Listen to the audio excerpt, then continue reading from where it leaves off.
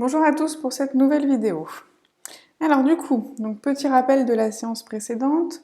Je vous rappelle que la dernière fois que vous avez travaillé en SVT, vous avez appris que la puberté, en plus d'être une période de transformation physique, est aussi une période de transformation psychologique où on remarque une évolution de la personnalité, une apparition de nouveaux besoins et aussi de nouvelles inquiétudes. Alors aujourd'hui, je vais vous demander de noter à la suite de votre bilan grand 2 l'appareil reproducteur masculin et le problème du jour, d'où viennent les spermatozoïdes.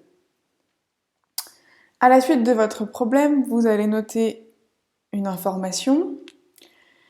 Le sperme est un liquide qui est émis par le pénis au cours d'une éjaculation.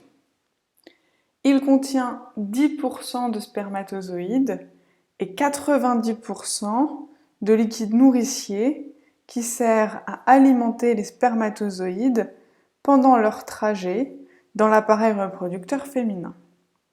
Donc on ne confond pas sperme et spermatozoïde, d'accord? Le sperme, c'est bien un liquide qui contient des spermatozoïdes plus du liquide nourricier. Alors, voici une observation microscopique d'un spermatozoïde, d'accord? Donc on voit que c'est une toute petite cellule qui contient un long fil, d'accord, qui va être appelé flagelle. Activité du jour, je vous demande, en utilisant cette image, de me réaliser un dessin d'observation du spermatozoïde. Votre dessin devra respecter les conventions habituelles du dessin d'observation, à savoir un cadre avec une légende à droite, un titre en bas. La légende doit être alignée, d'accord, complète, bien orthographiée. Les flèches entre les mots de légende et le dessin doivent être tracées à la règle, etc., etc. Donc, pour vous aider à légender justement ce fameux spermatozoïde, vous avez un document aide qui vous explique qu'un spermatozoïde, c'est une cellule reproductrice et que donc, comme toutes les cellules, elle est constituée d'un noyau, d'un cytoplasme et d'une membrane plasmique. Donc, vous avez déjà ces trois mots de légende-là à placer. En plus, le spermatozoïde est divisé en trois parties.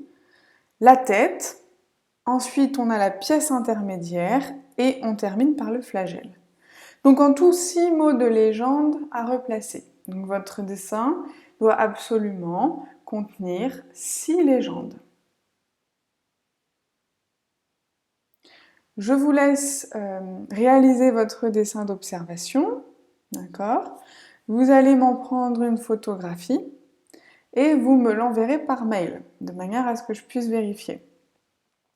Une fois que vous aurez réalisé votre dessin et pris votre photographie, vous allez pouvoir visionner la correction qui suit. Donc, si je respecte les conventions de dessin, j'ai bien mon titre en bas, ma légende à droite.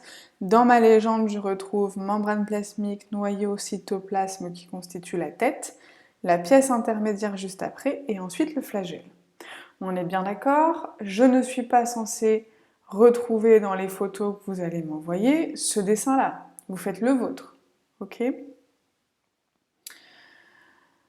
Ensuite, activité 4. Donc, une fois que vous aurez réalisé votre dessin d'observation, vous allez travailler sur le trajet des spermatozoïdes. Donc, consigne, à l'aide du texte qui va être fourni, donc le texte juste en dessous ici, légende le schéma de l'appareil reproducteur masculin et trace à l'aide de flèches le trajet des spermatozoïdes.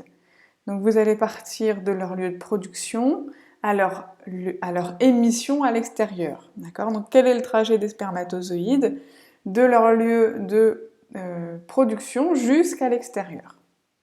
Vous avez un document, d'accord, qui vous donne plusieurs mots de vocabulaire. À vous d'aller replacer chacun de ces mots de vocabulaire sur le schéma ci-dessous. Donc ce schéma sera en pièce jointe au mail que je vais vous envoyer, de manière à ce que vous puissiez l'imprimer et le compléter. Une fois que vous aurez complété votre schéma, je vous laisse le corriger avec cette correction. Attention, très important, ce schéma est à connaître par cœur, d'accord? Lorsqu'on se retrouvera et qu'on fera une évaluation de ce chapitre, vous pouvez être sûr à 70% que vous aurez le schéma de l'appareil reproducteur alégendé. À connaître tous les mots de vocabulaire, d'accord? Une fois que vous aurez corrigé votre schéma, je vous laisse noter ce bilan. Chez l'homme, la production de spermatozoïdes par les testicules commence à partir de la puberté et jusque la fin de la vie.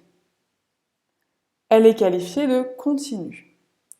Donc, la production de spermatozoïdes par les testicules commence à partir de la puberté et continue jusque la fin de la vie. Ce qui signifie qu'il n'y a pas d'arrêt. Voilà, donc je vous laisse travailler tout ça tranquillement. On se retrouve très vite pour la suite du cours. Bon courage!